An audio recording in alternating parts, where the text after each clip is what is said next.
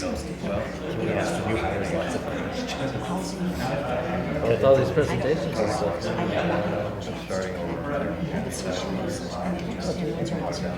I thought I would pass it along to you to see. I don't know if it's a tool that we could put in the toolbox to help us. I'm still trying to figure out how to click.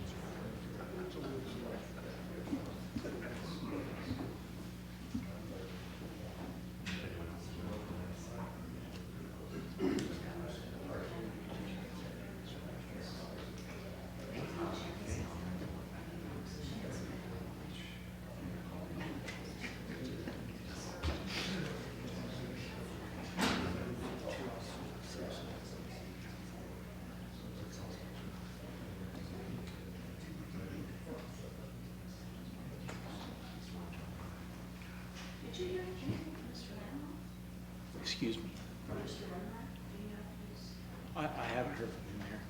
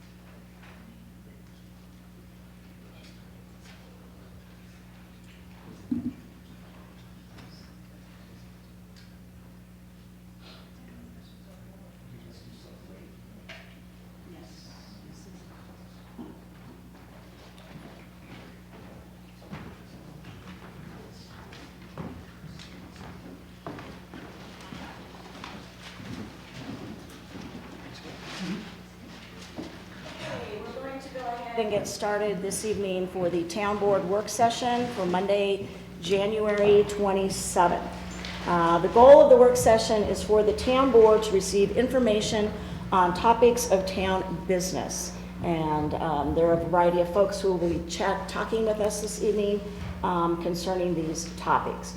But the first item we have this evening on the agenda is to meet the board new employees. So, Mr. Hale, are you going to take care of that for us? Yes, Your Honor, thank you, and I'm happy to see so many residents that are eager to meet our new employees as well, so that's great to have such a nice turnout for that.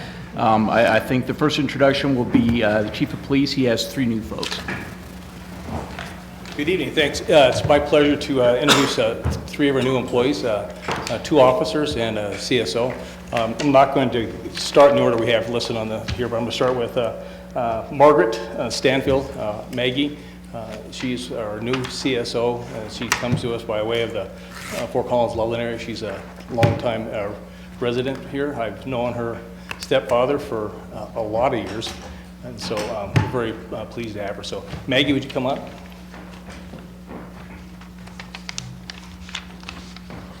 Maggie, the board. Hi. Maggie. I grew up in the Loveland, Fort Collins area, and my grandparents and parents have lived in Windsor for the past 10 years. So for a few years, I got to live here before going to college in Grand Junction, and now I'm back, and I'm very eager to start my career here in Windsor. Okay. Well, welcome. Thank you. Yes.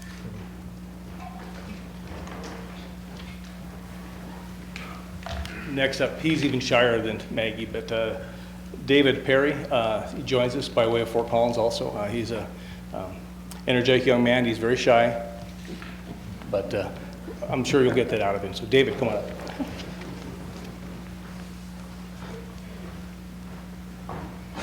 David, the board. Board, David. Hi, I'm David. Nice to meet you guys. I'm originally from Jacksonville, Florida. I went to school at Florida State University and then accepted a position with Fort Collins Police and worked there for about a year, and I'm happy to be here in Windsor now. Good. Welcome. I told you he's very shy. He has a long family history in law enforcement, his mother and father, so we look forward to tapping his background and having him as part of our team. The last one up is John Warden, Gus. Gus comes this way of Laramie County Sheriff's Department, so we look forward to his time in that agency and how he will apply his skills with us. John, Gus? Chief, I'm glad to see you got a David on the, instead Yes. of an Aaron. Yeah, we restricted errors for a while. Yeah. Gus. How's it going? I'm Gus Warden. I actually grew up in Steamboat Springs. I've been here for about 10 years. I graduated from CSU, and then for the past 3 years I've worked over at the jail with Laramie County Sheriffs. I'm excited to get on the street. Just graduated post in December, so excited to get started. Great. Welcome. Thank you. Okay, and then Mr. Thornhill is going to introduce our new engineer.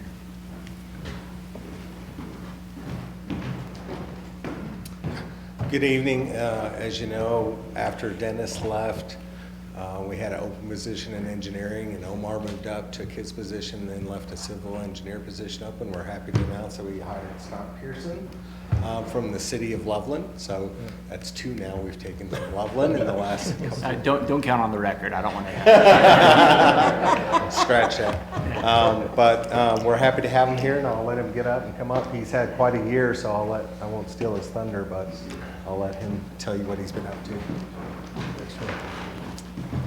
Yes, thank you for having me.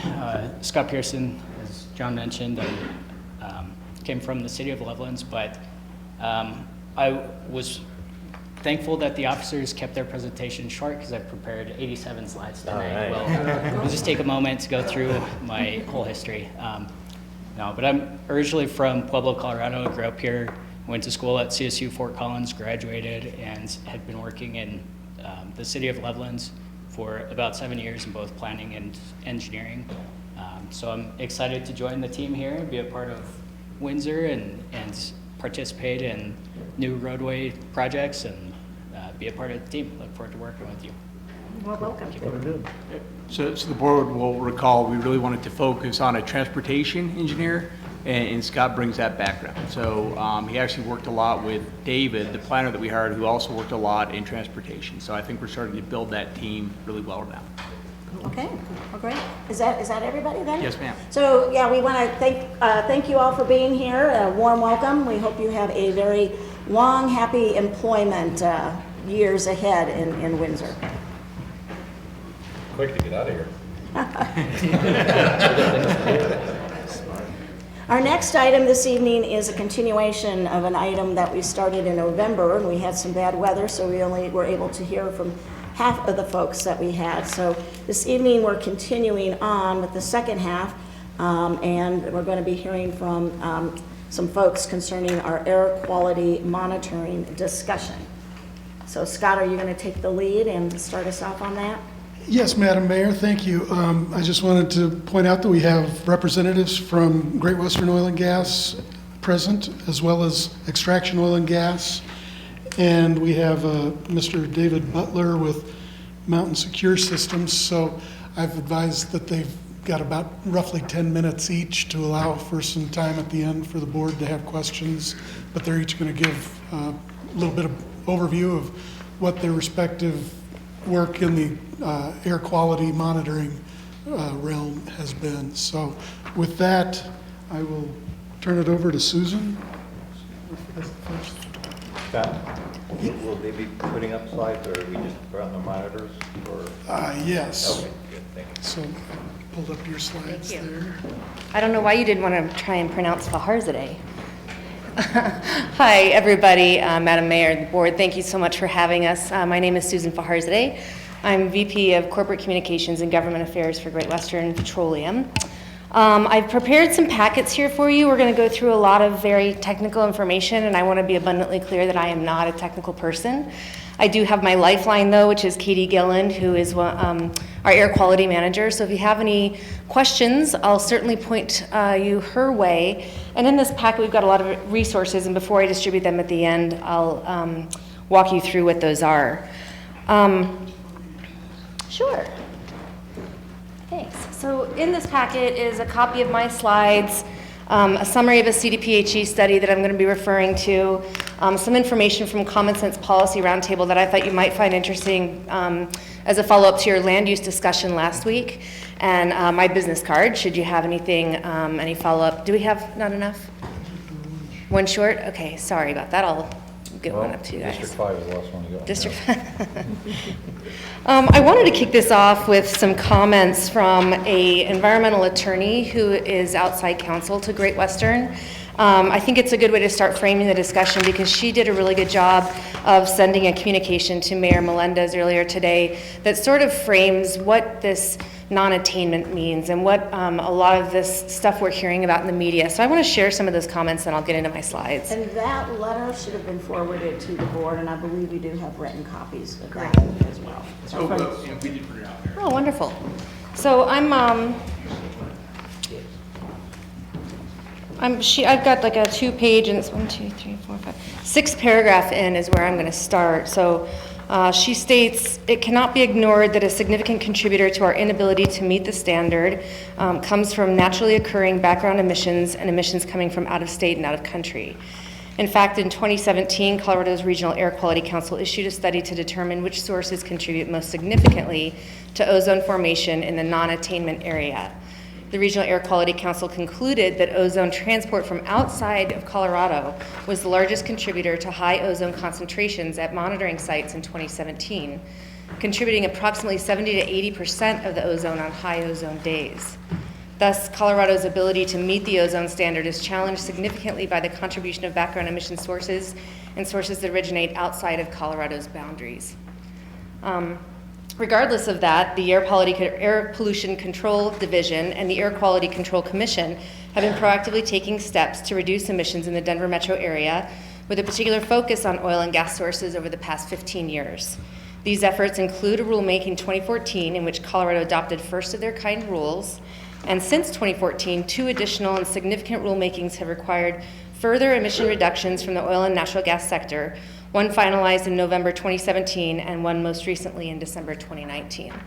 So I think that's really important sort of framing information, and we're certainly not pointing fingers and saying, hey, that's coming from out of the state, so we don't have responsibility to fix this. So what I want to do in my slides is sort of frame up what's been done from an air emissions standpoint, kind of talk about what's out there today, why Great Western is so excited about some of these technologies, and then point you to some additional resources. So if I may figure out how to do this.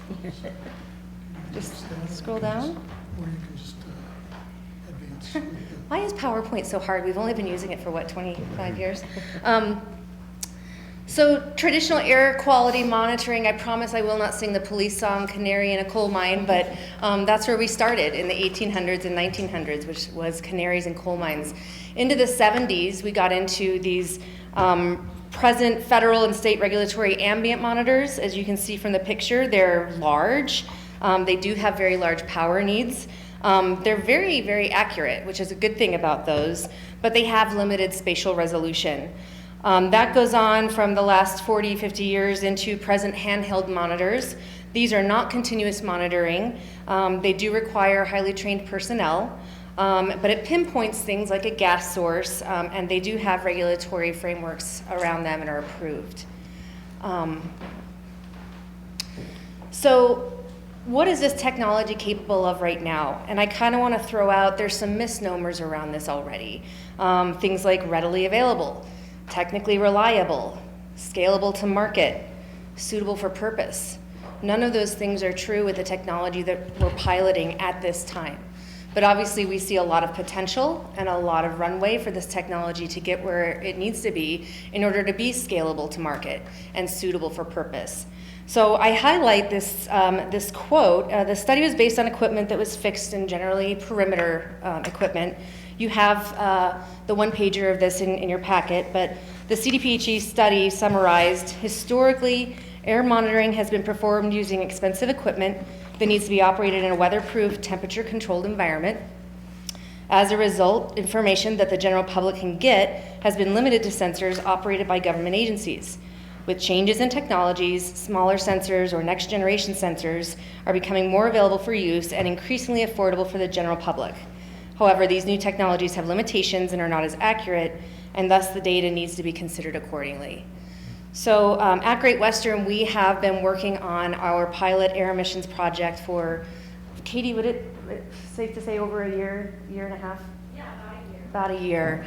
And we're really excited about what this looks like. I'm not going to get into brand names and commercials, but what I want you to understand is the technology that we're looking at today. So we are looking at metal oxide and electrochemical sensors. Again, I'm not the technical expert, Katie is, so if you have specific questions. And we're also looking at something called a tunable diode laser. So on the first one, both of these technologies have pros and cons. The first one is fast response. It's really easy to use. It's very, very portable. And we love that for all of those reasons, especially for deployment in the diversity of northern Colorado landscape. Cons are it can be sensitive to humidity and temperature. Temperature, I think, more of a concern for us than humidity.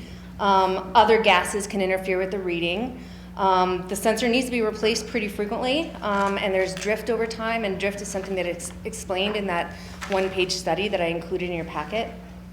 The laser is very sensitive to methane, which is a great thing. It's a big concern that we hear from citizens a lot. It's very rugged, and it's actually quite reliable. But sometimes the data output can be confusing. The laser path cannot be interfered with, so you've got basically line of sight technology on this. And none of these are really capable of quantification or speciation. They can say this is present, it exists. Some of them can do some differentiating technologies, but you know, largely that's what we're looking at right now and what some of the limitations are. If I go to the next slide. So here's from our perspective and what we've learned so far in looking into this. There are challenges with new air monitoring technology. I'm not going to go through this. I think you'll be hearing from Ms. Tammy McMullen in a little bit. She can probably shed some additional light on some of these points. But you know, the small sensor measurements are generally not robust enough for official comparisons to national ambient air quality standards, so that's a challenge for us. Small sensors do lose sensitivity over time. So we've got a equipment monitoring and maintenance of itself that we've got to be concerned about. Sometimes they need to be calibrated, but these are all things that we're figuring out, and we'll figure out how to manage once we get into deployment situations. I think the caution that I'd really like to share here is we are piloting and we are examining these technologies very, very thoughtfully and very, very carefully in order to avoid putting the cart ahead of the horse. And I'm a very strong proponent that you really can't mandate innovation. You can encourage it and you can incentivize it, but we have to let technology develop as we learn more about it, what it's capable and what our needs are. So looking at those last two bullet points, you know, we're not really understanding what the capability of these technologies are, what they provide, and what the regulatory framework around that would be. So again, I think we just need to be very thoughtful and rely on the scientists in the room and the folks with a real vested interest in investing in these technologies like Great Western to help us guide the way and light the path to what an appropriate regulatory framework around air emissions might look like. And with that, some big picture thoughts. So many startups and small companies are entering this market. I'm sure we've all seen different press releases coming out about which technologies, other operators, or new innovations that are coming out. The data sets are huge, and we are having to interpret them before it's really useful and understand how that data comes in and what the meaning is. There's a lot of unknowns about this sensor performance, which is, again, why we're piloting it right now. Going back to that standards, few standards exist. We're just not quite sure how to regulate and how to do what we can with this data. And then a lack of definition by governments, community, and industry on goals of this monitoring. What do we really want to get out of it? And I think for us, we want an environment that is clean. We want technology that is innovative. We want fast response. We want to know if there's ever an issue or a leak on our location so that we can fix it as soon as possible. And we're really, ultimately, at the end of the day, very excited about this new technology. Just to frame up a little bit for you guys, Great Western is a Colorado-born, Colorado-built company. We only operate in Weld and Adams County here in Colorado.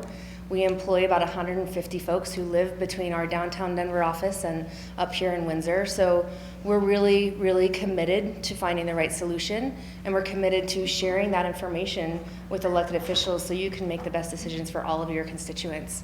And I think at the end of the day, my personal goal is to break down those walls between calling each other, drill baby drill and fractivist, right? And I think we can break down those walls of this false choice that we can't have great domestic energy development and a clean, healthy environment, right? I think that's what we all want.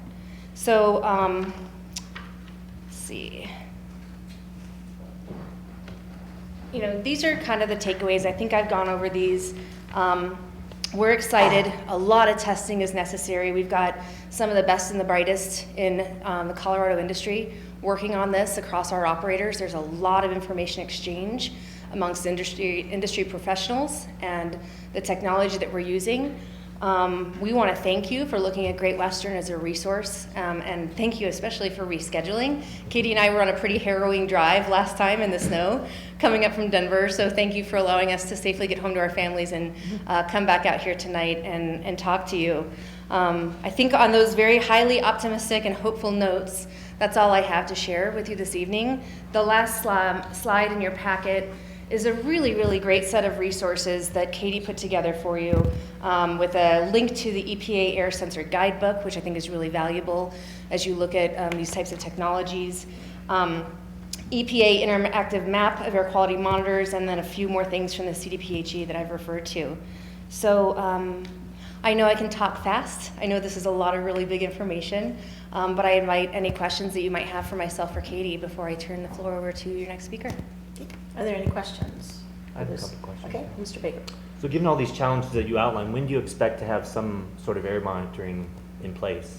So we are putting them on our future pads. We've got a commitment with Adams County and have added conditions of approval to add these air emissions onto future pads. So we're doing that right now. But for us, again, what we want to do is set a real clear expectation that this is still a pilot. So while we're putting it out there right now and we're looking at the data, some of those steps still need to take into place, like what does this all mean? And then how do we get this data in a way that is understood by the people who are most concerned about it, but also helps us reach the goals that we want to accomplish. And I think it's that goal in mind that we're always looking at. So this is real time. We are putting it on locations right now. Will the data be open source? Will you share it with anybody that wants it?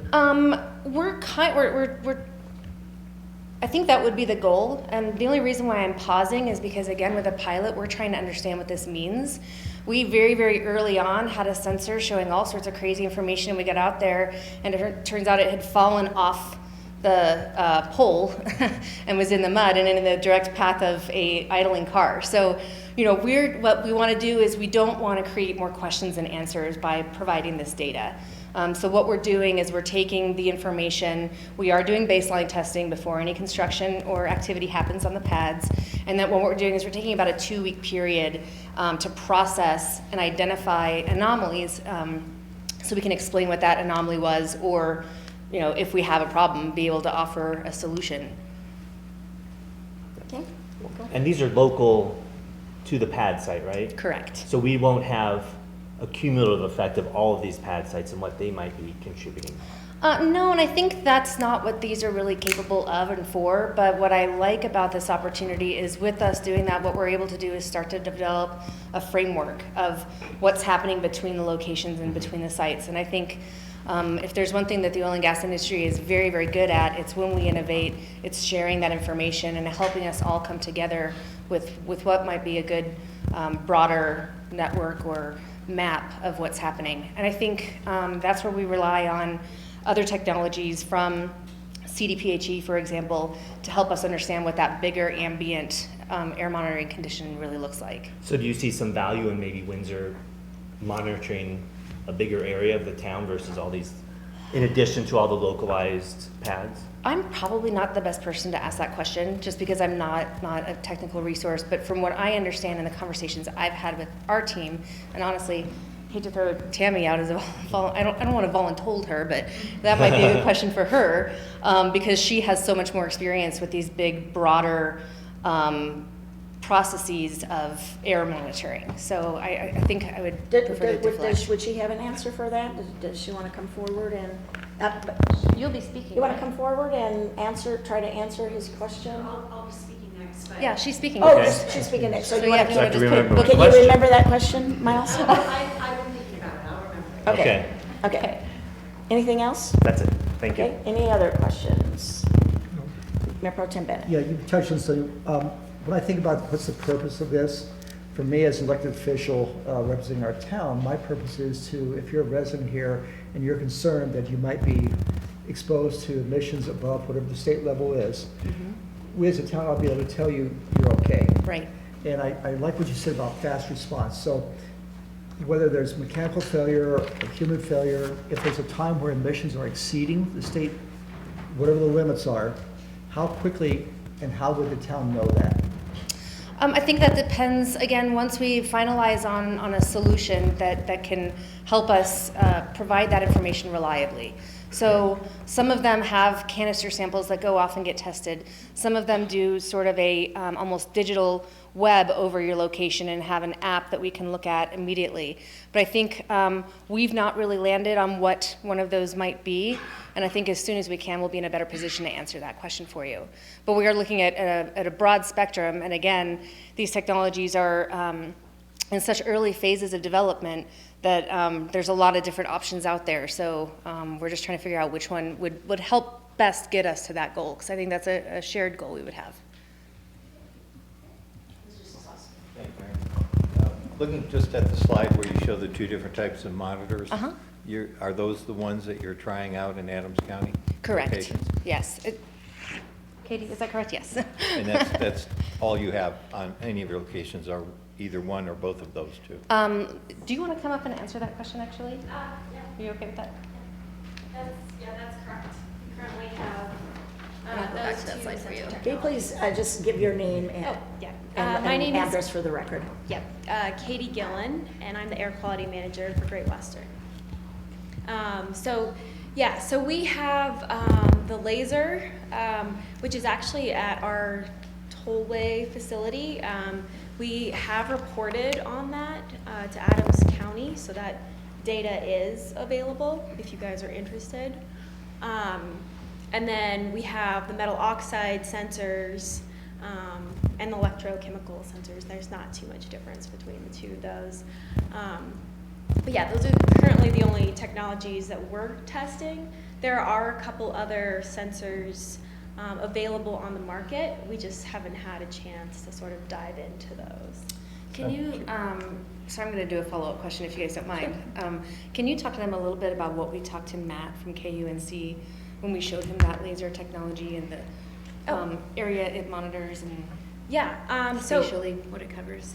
we may have provided previously just this vendor's pamphlet on this technology, but basically this is a laser that covers the distance of 350 meters. And there's a reflector set up which returns the signal back and gives you a concentration of methane over the distance. So when we go back to quantifying these things, it's not, really giving you a volume of emissions at a site. It's, just giving you a concentration at a point. And that's really kind of all the technology is capable of at this point.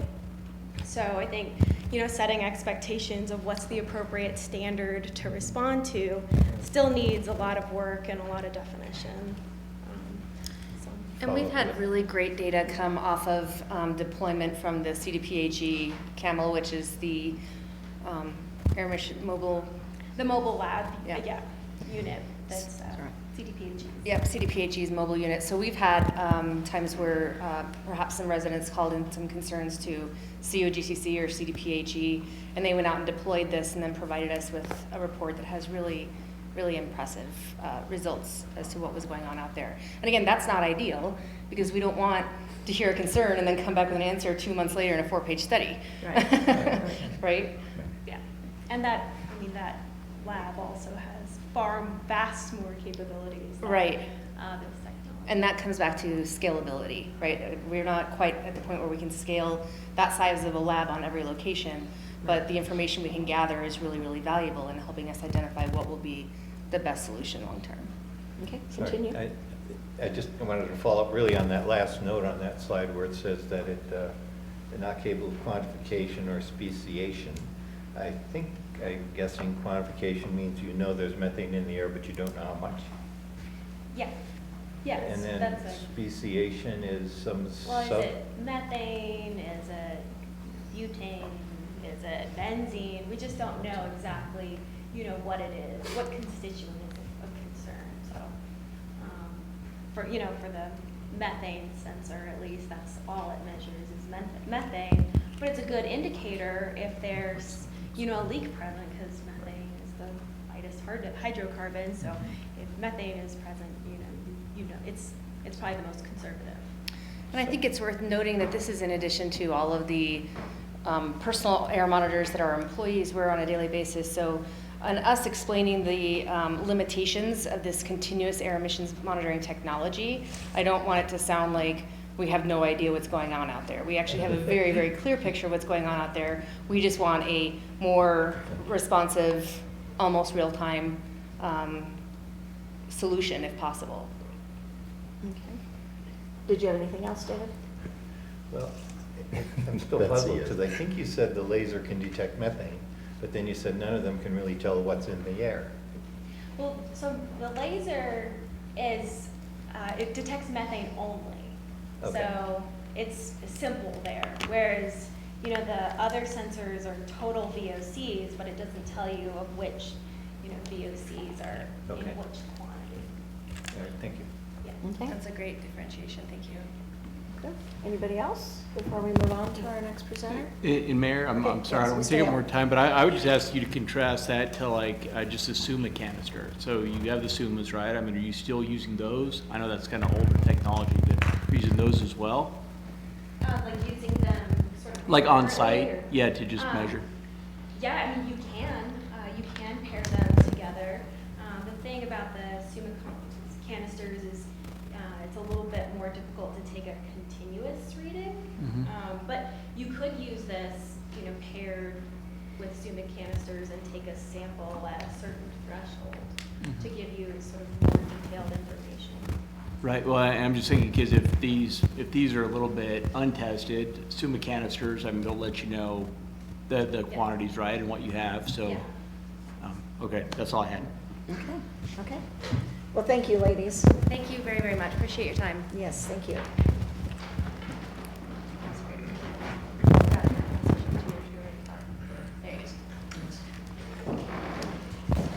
Next, we have representatives from Extraction, or Extraction's team, Kelly Cox and Tammy Mullen.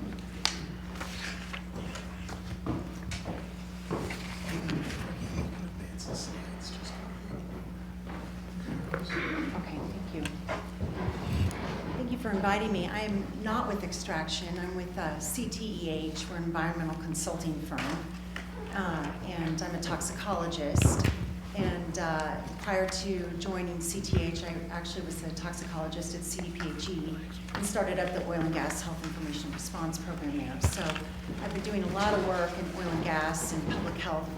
And a lot of these kind of questions that you have, I've been, prior to working with CTEH, I was also working with communities like yourselves and citizens to try to understand how we really understand the impacts to public health. And so I did the work in authoring that 2017 report at CDPHE too. So I've been doing this for quite some time, and I think that some of the information that they just shared at Great Western, I think were really good points.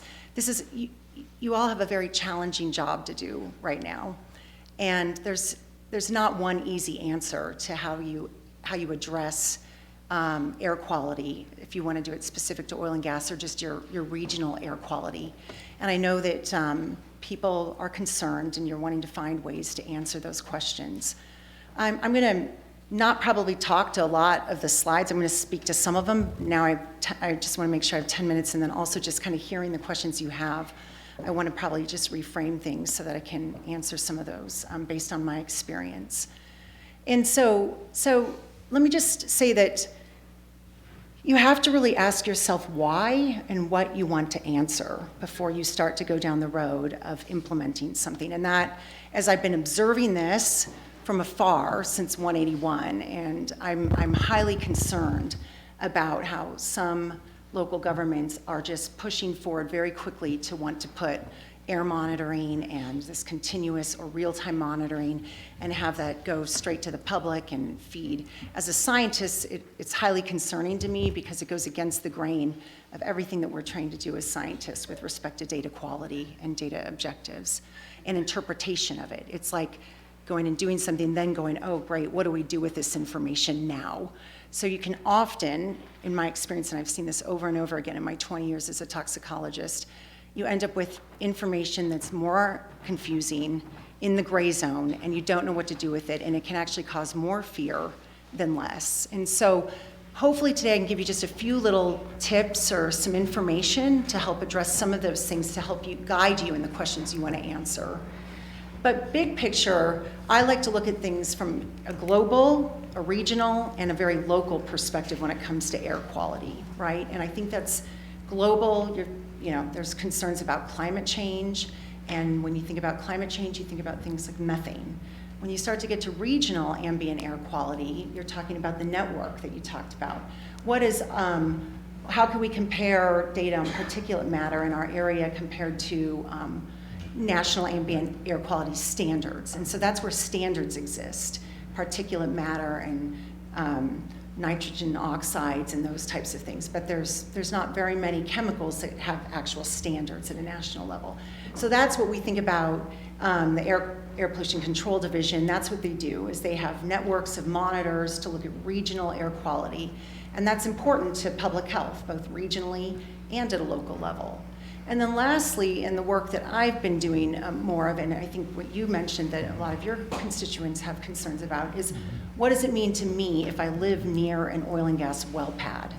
And that is the question that I'm going to focus more specifically on today, because that's most of the work that I've been doing and what we do as toxicologists is a risk assessment. So looking at what is the potential risk to people that might live near an oil and gas site or any type of location that could cause, that could have air quality issues. So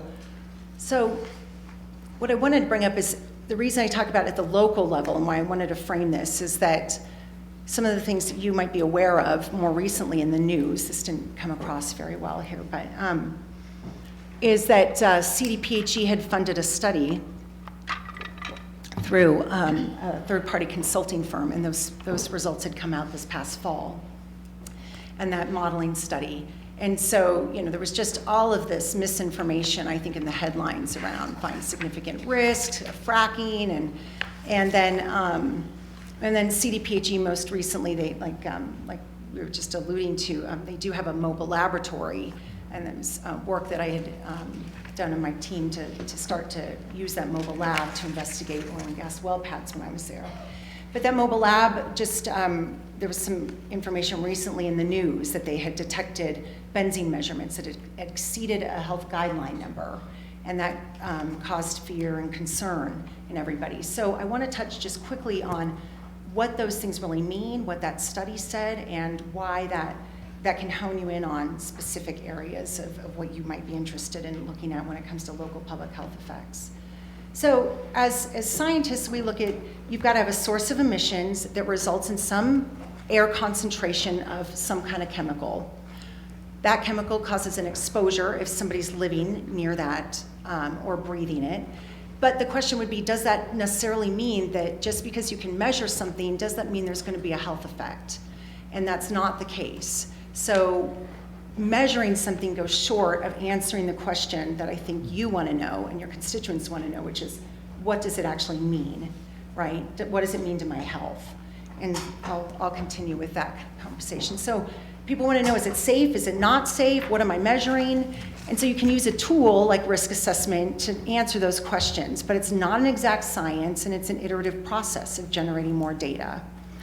And when we compare things to standards or guidelines, we are not saying that it is going to cause a health effect, or that we can predict what health effects are going to occur, or that this corroborates with people's reporting of symptoms. So that's not what that information is intended to do. So real simply, what we do as scientists when we say, is there a problem or not? Are we concerned about health risks to people? Is that we go out and we figure out a way to either model or measure exposure. And those are the kinds of things you're talking about, using air monitoring systems, whether they're continuous or real time. That, I think, is what you're trying to get at, is what is the exposure to people, cumulative impact or off of a well pad. Well, that exposure doesn't tell you anything about risk unless you measure it compared to something that would be a screening value, a guideline number, or like you mentioned, a standard. So you have to measure it against that. So I'm going to go into just those real quickly. Those screening values are meant to be an estimate of what a person can breathe in the air every day without any measurable risk to your health, okay? It's over some specified period of time. So I'm saying why that matters is that if you do continuous monitoring around a well pad, you need to think about, well, do I care about a 1 hour measurement? Do I care about a 1 week long measurement? Like the work that's going on with Ajax and Broomfield. They take canister samples and they collect data continuously, but passively, over a week. So that's a week-long measurement, not, CDPHE's mobile lab will go out and they'll take a 45-minute measurement. Those mean very different things when you're thinking about health. So not only that, but these screening numbers also have huge margins of safety built into them to ensure health protection. So when the mobile lab, or when you measure something and it exceeds a screening value by 1 part per billion, or in the case of CDPHE's mobile lab, that exceeded by 1.24 part per billion of a health guideline number, that means nothing with respect necessarily to an actual health effect. And so regulatory agencies by which we actually use their guideline numbers say that if someone's actually exposed to an amount above a screening level, it doesn't mean that health problems will happen. It simply means that you want to take a closer look at what's going on that site. So this is my example with benzene. Benzene has been in the news a lot lately. Benzene is something we're really concerned about from a health perspective, because benzene, of probably all the chemicals, particularly that could be emitted by oil and gas operations, benzene would be the one that I would say would be your canary, okay, from a health perspective. It's got, it can be toxic at relatively low levels. But, so for example, the 9 part per billion number has been thrown around a lot in the media, and that is that little dot in the middle, 9 part per billion. That is the health guideline number, screening number we use. Relative to that, when you actually see effects with benzene in animals, you see that at about 10,200 part per billion. So that's the number that we use. We put a whole margin, we as in toxicologists, a margin of safety on that, and come up with a safe number that we say 9 part per billion. So you can see right there, that's a big difference. Let's jump up one more, and at 60,000 part per billion is when we first begin to see irritation, nasal irritation in people that report that from benzene exposures. Jump up even one more level, and at 110,000 part per billion is when you might see things like headaches and those types of symptoms in people due to benzene exposure. So when we're talking about something exceeding a guideline number by 1.24 part per billion, from 9 to 10.24, you can see that from as a toxicologist perspective, it's not, I'm not saying it's insignificant, but it doesn't mean that you go and shut down an operation or you say that somebody, clearly this is purporting that somebody has headaches and all of their symptoms. So you have to really be very careful about when you're thinking about using systems to measure chemicals in the air, what are you going to measure, what number and what guideline numbers are you going to be comparing those to, and how are you going to be interpreting that data? There's really two main ways that we as scientists measure exposures. One is using models, and then the other one is just going out and measuring it in the air. CDPHE did this modeling study. We talked about that. So they modeled it. They did hypothetical situations, and then they compared those data. And I believe Dr. Jeff Collett actually spoke about that. There are really elegant studies that his team did, really in that right there in step one, were the critical data that were input into this CDPHE modeling study and provided really valuable information. But what that modeling study showed us was that the long-term health effects from these hypothetical well pad situations, really there were no exceedances of any screening levels to people even within 2,000 feet from a well pad for any type of pre-production or production activities. Short-term health effects, though, what it really basically told us is that under worst case and frequent scenarios to highest exposed theoretical people, that there weren't any exceedances for most of the volatile organic compounds that they looked at. However, benzene, like I said, was a risk driver, and it was the primary hazard in the data from the Front Range. It was highest during flowback and lowest during production, and under some situations at 2,000 feet. What this study did not tell us, and was not intended, was to correlate any types of symptoms at all with the risks that were estimated in that model. So what do they really mean to us? What do they mean to you as you think forward about, well, okay, so this gives us some information as stakeholders to think about how we design studies or what you invest in when you're thinking about protecting public health. These emissions are highly variable over short periods of time. The short-term aspects of it, the authors really stated that there needs to be site-specific monitoring to really understand actual emissions. And I've given some quotes here by the authors in their paper. So I'm just going to keep going forward here. So I'm going to just jump to, that was important information of what that study showed. I think it showed that under most circumstances and long-term ambient air quality from oil and gas well pads and all of these hypothetical situations that CDPHE's consultant ran showed that there weren't any elevated health risks due to both pre-production and production activities. They showed that under these potential situations, there could be the impact of these short-term peak exposures. And so I think this is what is compelling some people to think about the need to do this real-time continuous monitoring on well pads so that you can detect every little bump that could happen, and maybe you'll get a peak of something like that. However, like I said, I caution you is that this is specific to benzene. Most monitoring systems out there, and I don't sell monitoring systems, so I'm agnostic about monitoring systems. We just use them for tools to answer questions. But I've looked into many of them, and they're all at a very, almost like a research kind of stage. reliability of knowing, like they mentioned about quantification, of how much am I getting. And what I would love to be able to see is if there was one that was reliable that could detect benzene, right? But because if you just detect all VOCs, you don't know if that's butane, which is about 100,000 part per billion or greater, you know, you'd have to almost have an environment where you've displaced oxygen to have a concern for that. Or is it all benzene? You don't know. And so you're left with not being able to tell your constituents what is a concern or not if you leave it at that.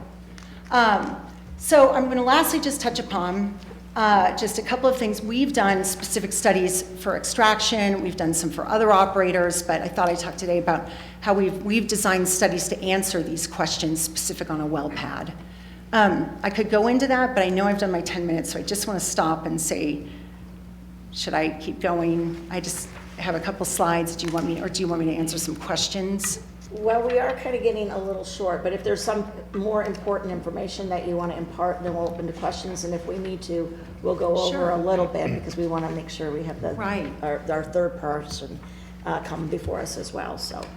But I don't want to cut you short Oh, no, either if it's there's okay. some important information that you wanted to relay. How about I'll just go over these then real quick. Important, I think, from your perspective is the way we've been designing studies for several operators that came to me over the last year or so and said, look, we want to understand if there are risks, if there are any, to health effects to people that would be living near our pads. We don't think there is, but could you go out and design whatever comprehensive study needs to be done in order to answer these questions?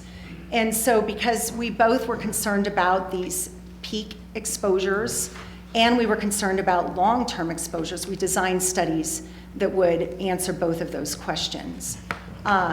We have been doing real-time monitoring, but not in the way that you've been hearing about real-time monitoring. We actually have people and boots on the ground in communities using handheld instrumentation and roaming on the pads and off the pads in communities, talking to one another and going downwind of the pad.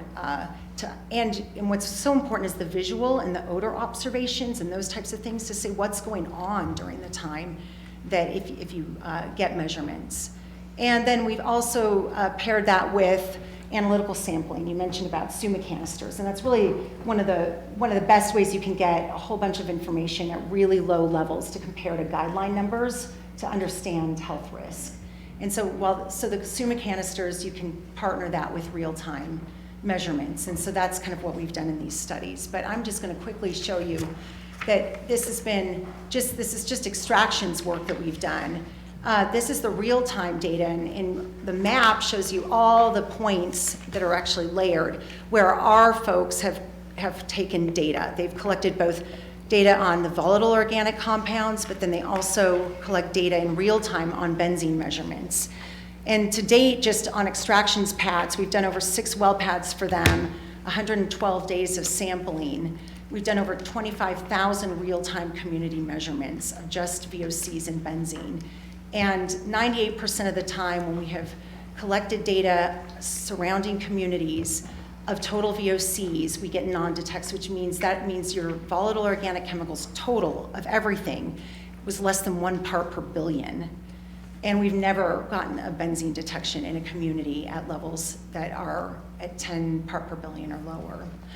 So that's been pretty significant from that perspective. We've done over 400 analytical samples of canisters. We've done this at every phase for them. We've done this also with different types of drilling operations. They've just said we want to understand everything that we do there. We've surrounded the well pad, so that would be a worst case scenario. It's the well pad not 500 feet away from communities. And the data that you see in the graph is all benzene and by phase. So baseline would be our background. There was some drilling, some flowback, some hydraulic fracturing and production. And you can see that all measurements of benzene have been well below the screening levels that we use, which is that orange guideline number.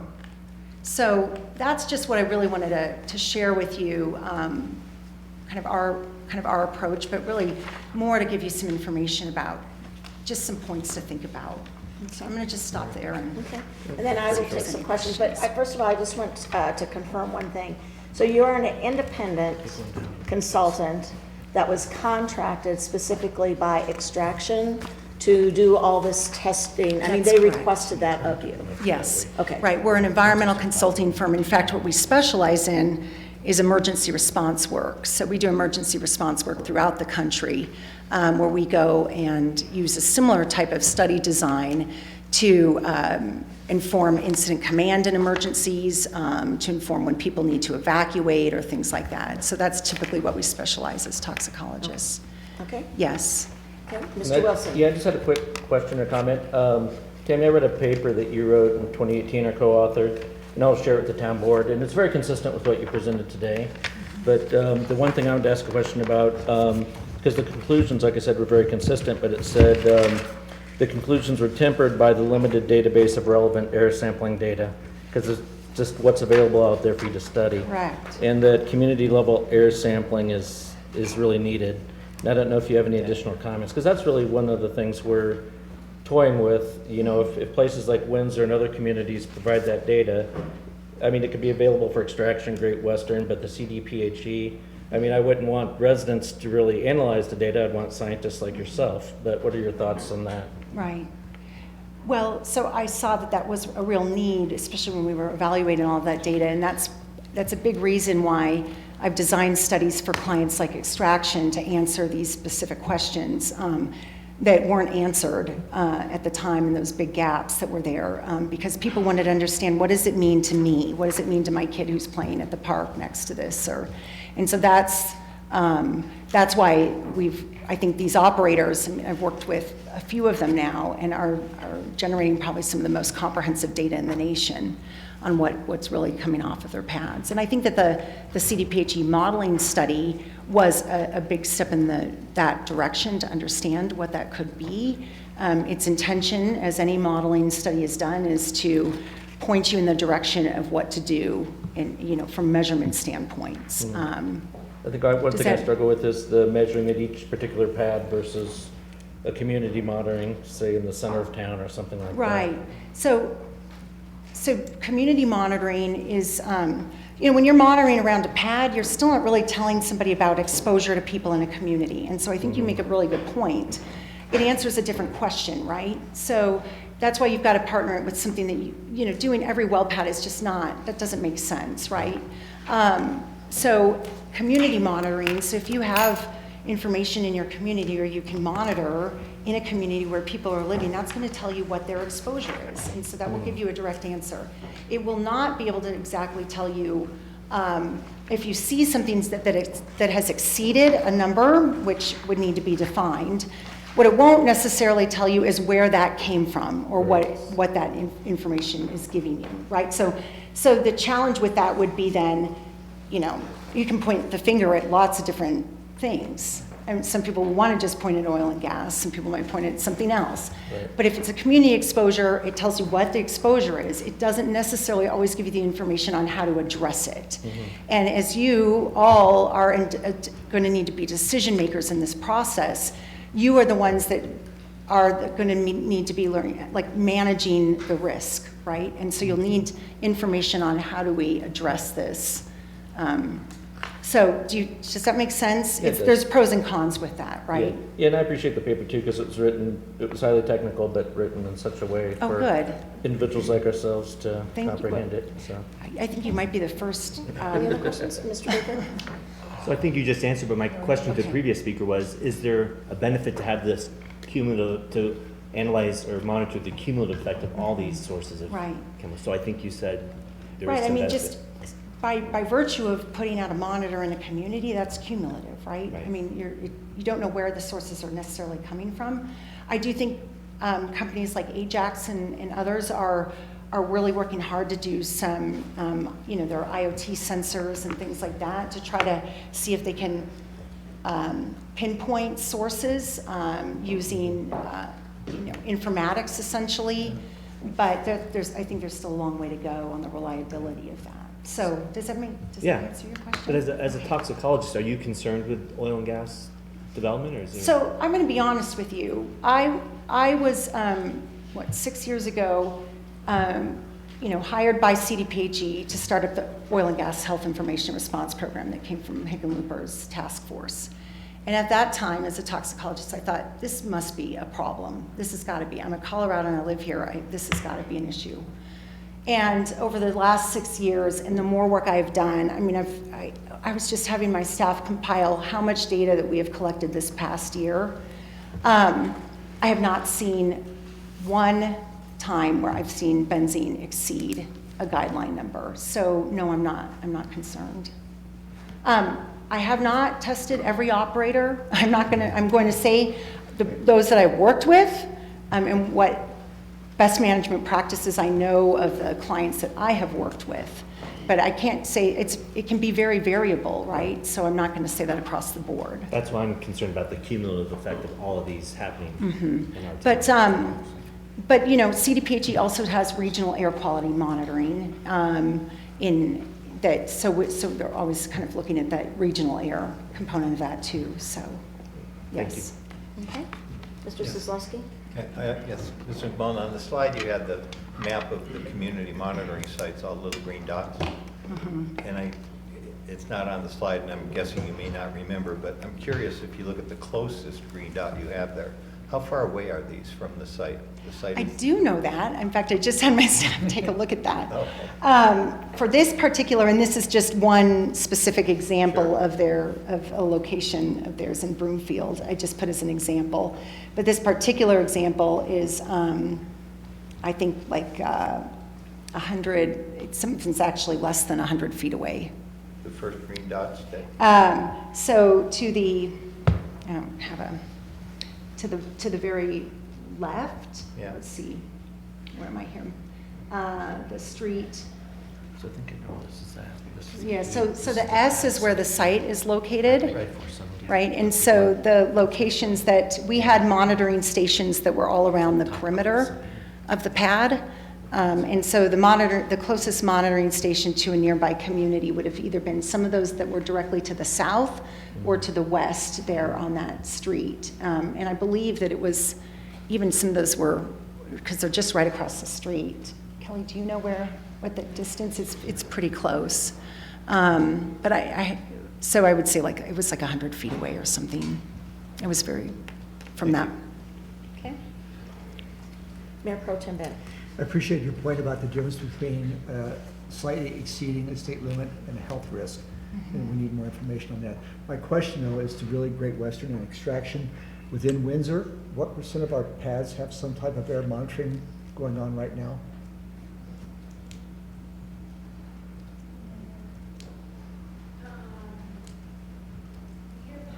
Oh, could you please, I'm sorry, we've got folks at home and they won't hear you if you answer from your seat. And the reason I'm asking, of course, is a lot of the data we've seen in other presentations is not ours, not here. So, I'm asking about locally, where are we? Yeah. Yeah. So we are currently piloting 4 sites. Okay. Yep, 4 sites, and some of those are, I think one of them is in Adams County. Okay. But 4 within Windsor? Yeah. Okay, thank you. Yeah, and I don't know if you were asking what type of monitoring. No, I'm just curious to know what % of our pads within Windsor are we doing some type of air quality monitoring right now? Yeah. Okay, thank you. That's great. And it looks like they have an answer as well. Good evening, town board members. Kelly Cox with Extraction Oil and Gas. And we are piloting and testing a lot of these sensors too, but we are not currently testing them on facilities in Windsor. Okay. I guess what I can say through all of the work, so we've done sites for them in multiple locations, multiple types of operations. And so as one thing that I've said to them is that because we've tested in operations that are indicative of what they would be doing elsewhere with the same exact BMPs, that I feel pretty confident in saying that this would be consistent data anywhere that you would go. And I think that that's the important piece of, you're never going to be able to monitor something like this at every single well pad. These are really extensive studies these operators have invested in. And although I would prefer and like it, I realize it's not realistic. And I think that the intent is that if you can really characterize what types of best management practices are being used on their pad, and be able to use a variety of, whatever those work under those conditions, and demonstrate that that's minimizing impact, that would be applicable to no matter where you go. Right, that's exactly kind of the frame thought that we had. We essentially, to conduct these studies, I had to follow a rig around. So wherever that rig went for those next phases, because like she said, we did drilling, hydraulic fracturing, mill out, flow back, and production. So to get all of those, I have to follow the rig. So wherever that went is where we did this. Okay.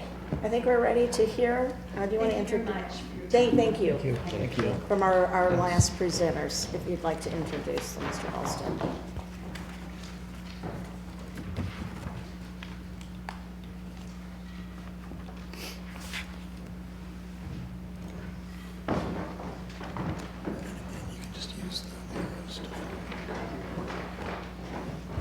Thank you for having us. We are Mountain Secure Systems. I'm David Butler. This is Mark Dixon.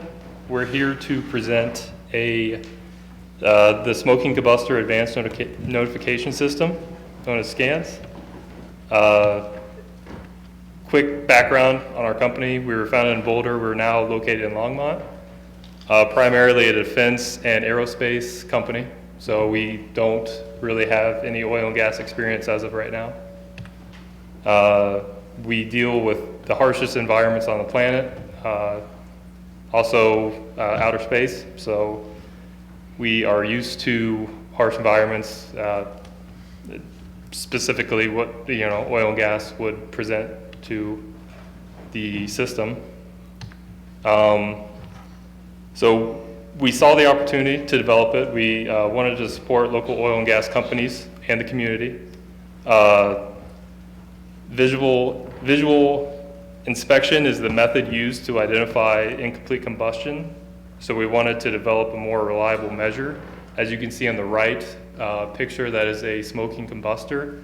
The combustors are used to burn off excess gases at the sites.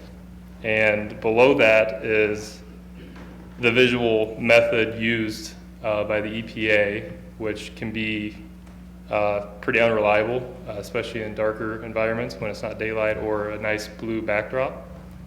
So I'll leave it with Mark to go over the detail of the system. Sure. And again, I'm Mark Dixon with Mountain Secure Systems, and don't worry anybody, that's a Photoshop picture. It's on Boulder? Sorry? No, it's not. Yeah, it's off a free pick site. So we developed SCANS, again, to kind of solve this visible emissions fines problem.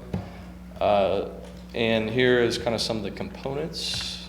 What is SCANS? Well, it detects visible emissions, and what we think, maybe more importantly, is could possibly give advance notice, or we do believe it does give advance notice of visible emissions.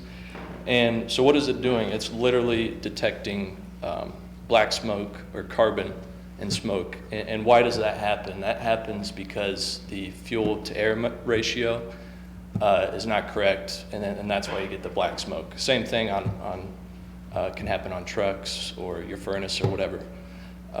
So what we devised here is just like they might have at a well site, like a pressure gauge or a flow meter. It can be tied into the automation sites for continuous monitoring. You could also, our system doesn't do this, but you could tie it into the automation system and have automated alerts. So let's say you have a site that's been smoking for some period of time. You could send out an email or a text to have somebody go inspect the site, see what's going on, maybe perform maintenance. And this gives you, like you talked about, objective measurements. Here's an example piped up to a single ECD or emission control device, or you could call it a combustor. And the highlighted items are what MSS provides in terms of hardware. And essentially we have the SCANS instrument, which is the sensor, and it's actually a soot sensor. And also the control unit, which just does the monitoring and reporting. And maybe a question you might ask here is, why did we develop a system? And that's because, kind of like Great Western touched on, is the environment's extremely harsh, especially on these ECDs. You can't stick electronics usually very close to them, or especially inside the stack. Obviously, it's usually lit and burning 24/7, so it's just too hot for electronics. So we developed this sampling system and tried to simplify it to make it easy to install, no maintenance, and essentially we have this adapter or small manifold under our sensor, and we pump gas through that's already on site, because if you're not aware, ECDs have a pilot light that's on 24/7, just like your furnace in your house. And so we tap into that same gas supply already on site, run that gas through our adapter, and through what's called the Venturi effect, it'll generate suction in the sampling intake line, bring a small sample of that exhaust gas across the sensor, and then we'll take a measurement there of the soot. And that's running continuously and ejecting everything back into the exhaust stack to be burned off. So just quickly, why we think SCANS is a good system, what are the advantages? We try to take advantage of what's already on site. There's existing inspection ports on most ECDs near the top of the stack that you can pipe into. We purposely created this system to have no moving parts, and you may see other fancier emissions monitoring systems require compressed air to generate suction and draw samples across different gas sensors. And again, it's kind of a closed loop system where we exhaust everything back into the stack, burn it off, and that's that. We can monitor up to 10 ECDs at once, because normally the smallest site may have 2 to 4 stacks. And we try to create it so it's pretty complicated getting things installed on well sites. You usually have a piping crew, you have an electrical crew, you might have a controls crew. So we tried to segment the product in a way where they can install those items separately when those teams are ready. So the biggest advantage, of course, cost that everybody's concerned about, and this is my anecdotal evidence here, but typical SIM systems, or continuous emissions monitoring systems, not usually found on ECDs, but maybe vapor recovery units are called, can be tens of thousands of dollars. Our SCAN system right now for one ECD is around $3,000, and would definitely come down to maybe $2,000, bought at quantity. So just high level speaking, what are the benefits and opportunities we see with the system? Worry-free monitoring and alert system, more proactive compliance, enhanced public relations, especially for problem sites or sites in your communities, potential for a supplemental environmental project, and of course we think it's affordable. And there on the right, there's a graph that's kind of a oversimplified graph of the system. When you take the sensor data, put it into the automation system, you can graph it out something like this.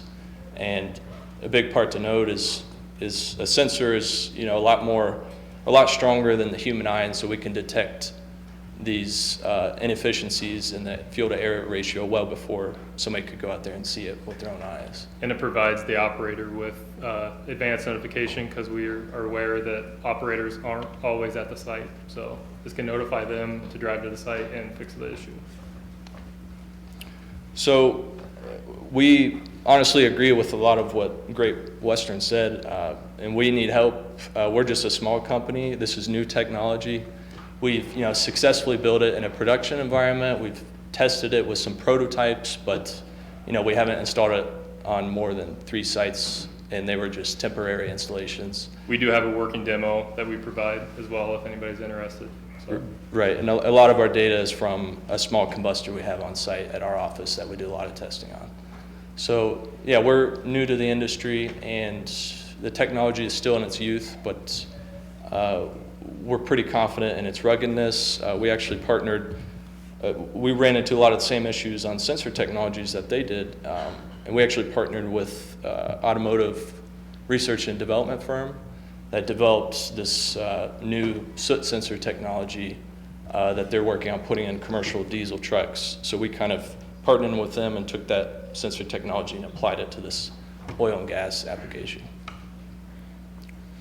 Any questions? Are there any questions for Mr. Dixon or Mr. Butler? Thank you for your time. Thank you for your presentation. I want to thank all the folks who came to present this evening. I think you brought a lot of really good, valuable information for us, so thank you. Our next item is future meetings, but since we're running a little bit behind, that is in our packet, unless there's anything specific, Mr. Hale, you wanted to point out? Okay, if not, we'll switch over, and then we'll start our regular meeting in about 1 minute.